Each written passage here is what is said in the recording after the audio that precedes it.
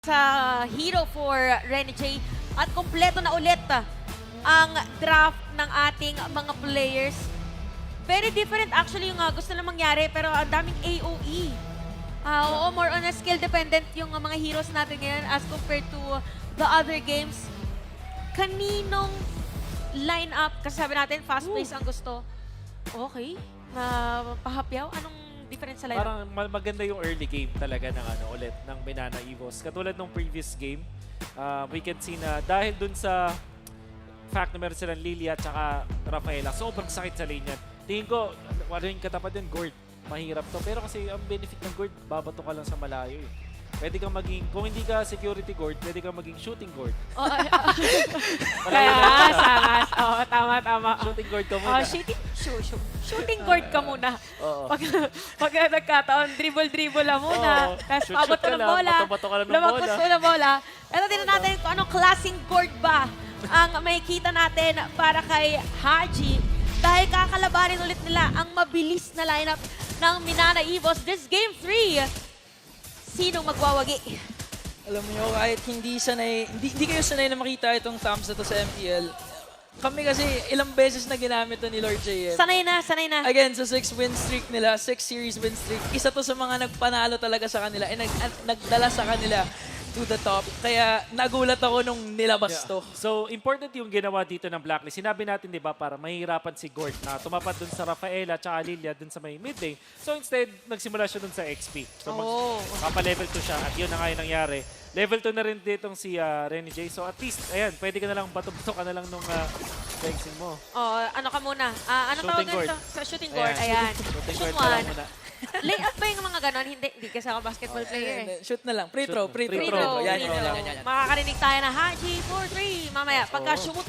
Pero grabe ang labanan dito sa may bottom lane. Clear of minion wave, lalo na kung gusto natin fast-paced ang game.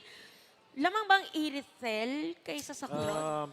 Para sa akin, oo, dapat eh. Kasi masakit to, pwede kang freezan, kumbaga.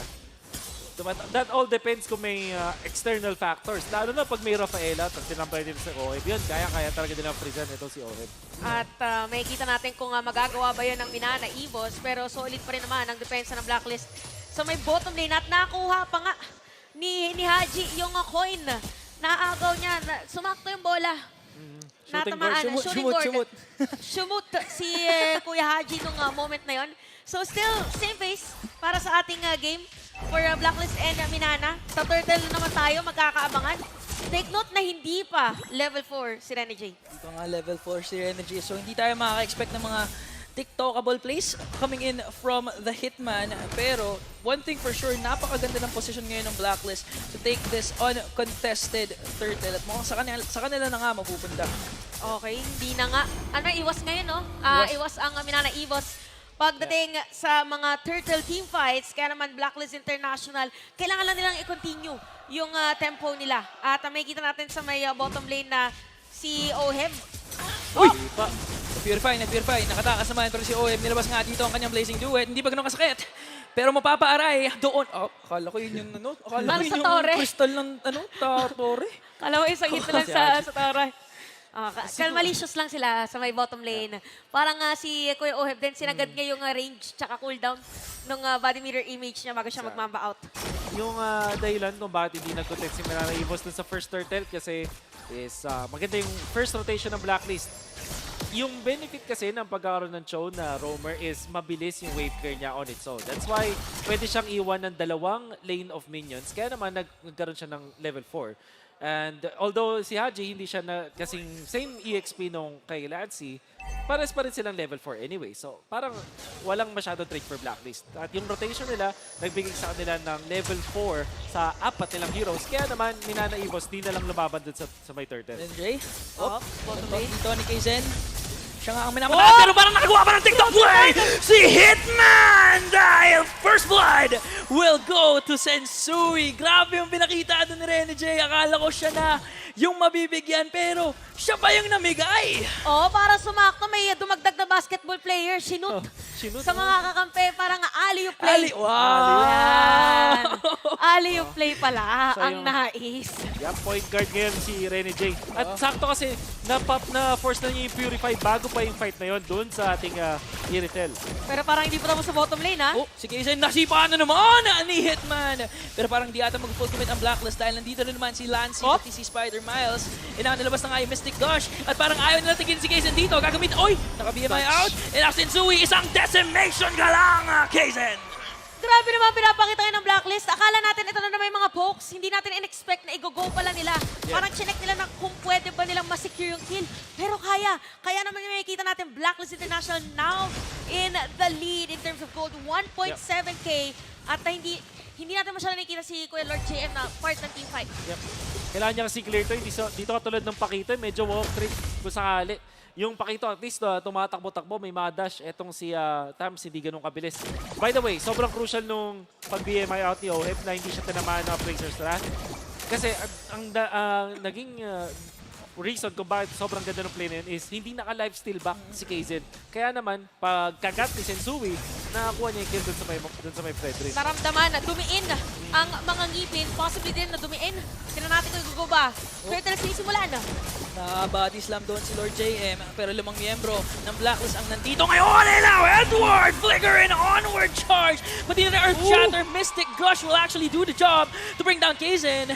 And now Blacklist 2 for 2 sa Turtle Ticks. Sakto naman, 3-0 na rin para sa ating laro. Tignan nyo, positioning.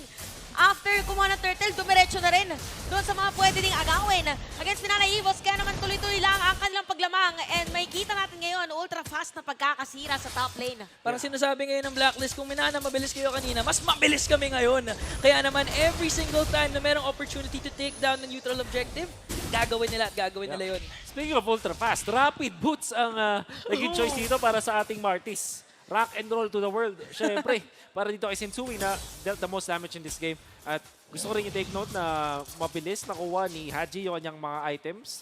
Yung Ice Queen Chill. win niya, 4 minutes, meron na. Up. Nag-retry na nga doon. Doon si Sensui on Spider Miles. And now, ang ganda ng knockoff coming in! Oh my goodness! Oheb bringing down Spider Miles and now Sumpak AR. Makakatakas ba kaya? But now, Blacklist focusing on that bottom lane turret at nakakuha pa sila ng isa. Kaizen will go down. Dalawa ngayon ang patay para sa ng Minana Evos and Blacklist International 5-0. Ngayon sa ating laro, napakalaki ng kanilang kalamangan at 6-minute game time, 4.8k.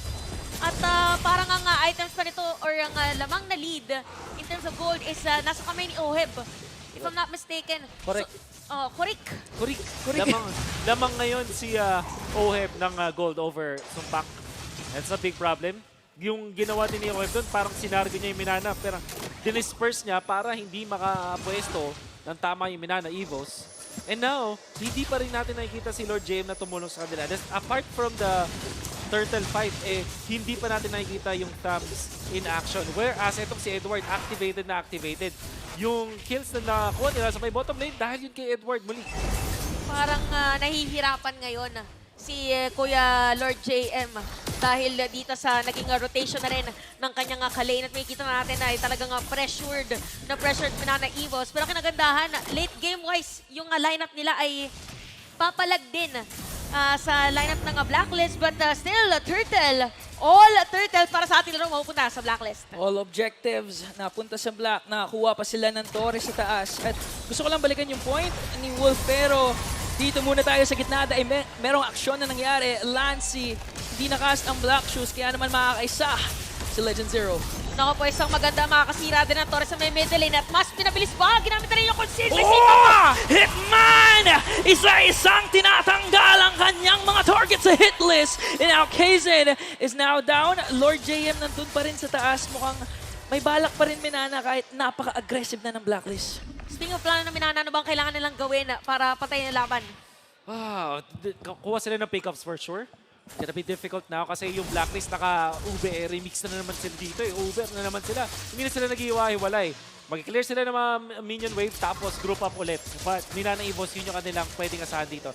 Now, meron ng Ice Queen 1 si Lilia. This could be proving to be critical. At kapag sila naman yung nag-group up against Blacklist, kakayanin nila kung sakali mga papag-rundown sila mga members. Else, nako, mahihirapan sila dito against Blacklist. O, tiis mo, pogi muna. tiis pogi muna para dito sa Minana Evos at kailangan nilang pa isa-isa pagdating sa teamfight. Kailangan nila ng perfect na target sa susunod nilang Oheb. initiation. Okay, si Kuya Oheb ay mainit. Ito na. Eto na. Napa-black shoes dun si ano ha? Si Lancy ha? Pwedeng. Uy, pwede siya targetin. Oh, ina-oheb. Ganda ng pasok. Wala nang black shoes. Doon si Lancy. Kaya naman yung Blazing Duet will bring him down. That's -1 for Minana Evos. And all throughout, wala pa rin si Lord JM sa clashes. Oo nga, nagkiklear ulit ng minion wave. Kaya gusto ko sabihin na yung play na yun ni Oheb ay para mala space impact. Diniretso na niya agad doon kay Lancy ng moment na yun. And ito pala, for Minana Evos, kaya nagiging struggle din is yung clearing ng minion wave, if I'm not mistaken, very different from Pakito to Tams. Oo, hindi siya katulad nung Pakito. Yung Pakito kasi diba na-buff yun na pwede mo na yung lahat ng matatama ng dash mo ay may damage na. At Tams, kaya naman hindi na to meta hero ngayon kasi nabawasan na yung clear speed niya. Kumpara dati na sobrang lakas mag-split push at may impact na rin sa laban, it's not the same anymore. That's why Minana Evos, yung thumbs na pick up nila ngayon, nakikita na natin na hindi gana doon sa composition na gusto nilang gawin. And speaking of, kanyang katapat na rin na si Edward ay nakabili na rin ng Blade Armor dito sa laban. So kanya-kanyang pwestuhan or man-to-man defense na probably ang makikita natin for Blacklist Road to ano na talaga tayo, basketball team.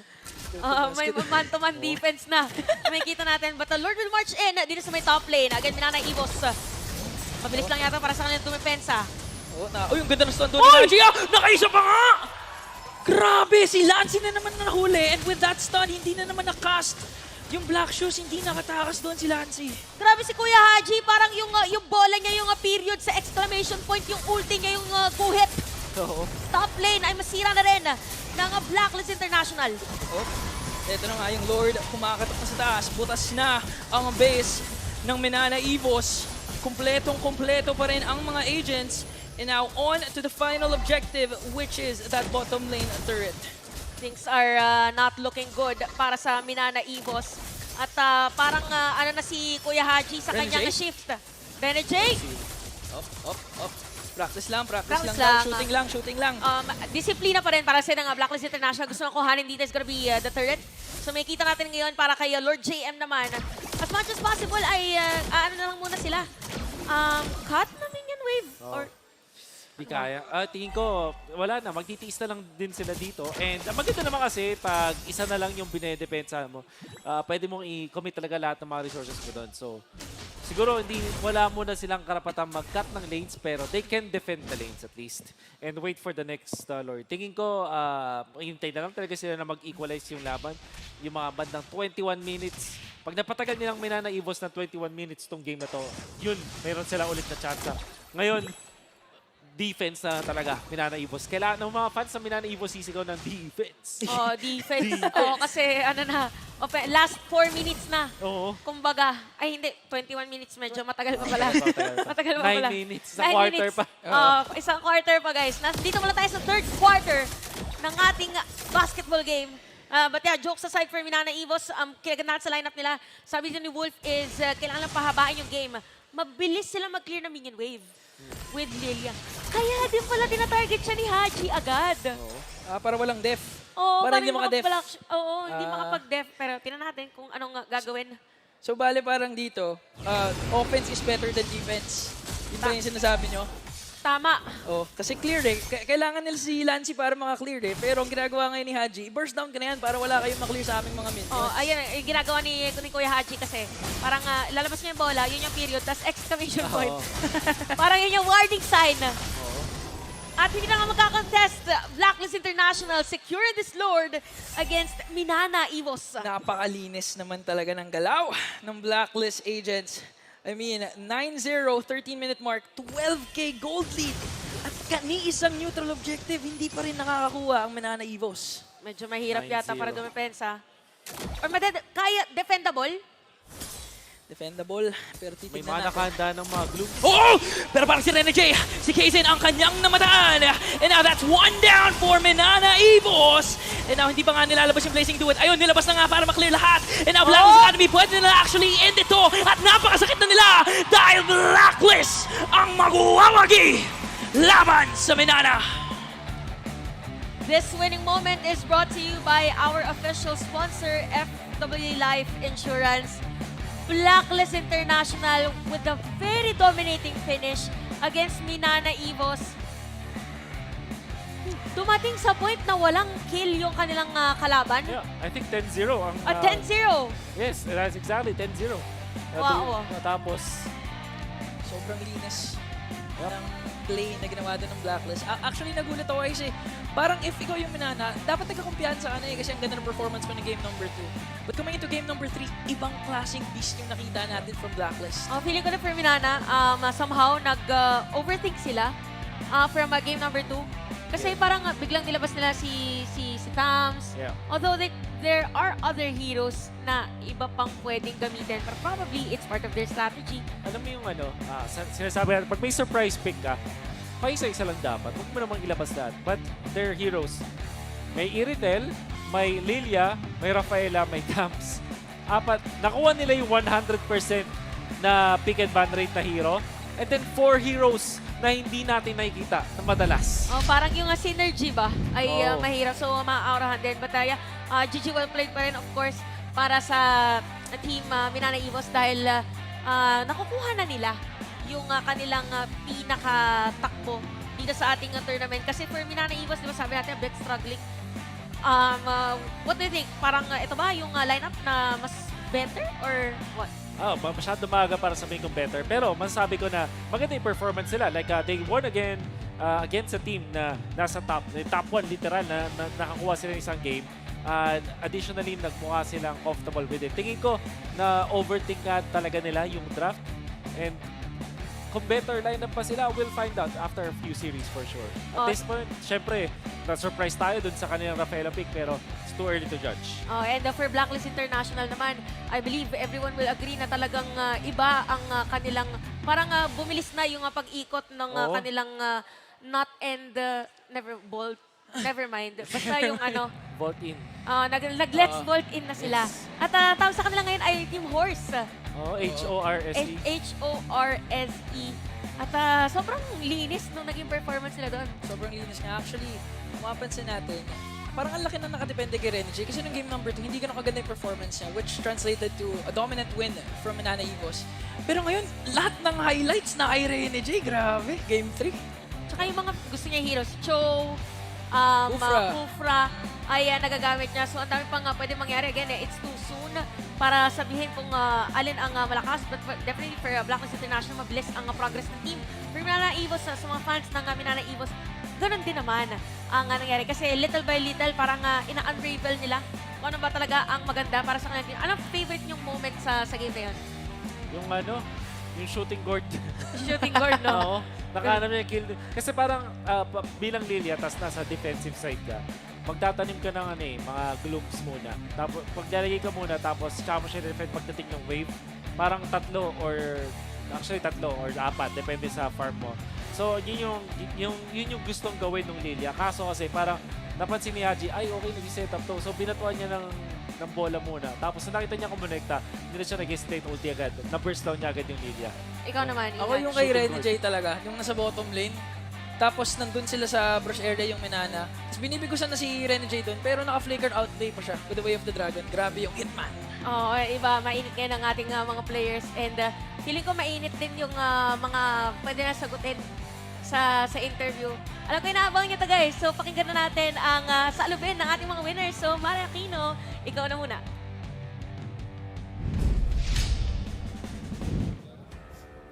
Thank you, casters. Another win for Blacklist International. Give them a round of applause. Rani J. Na-miss mo ba mag-show? Sobra. How did it feel? You did so well. Masaya po kasi laging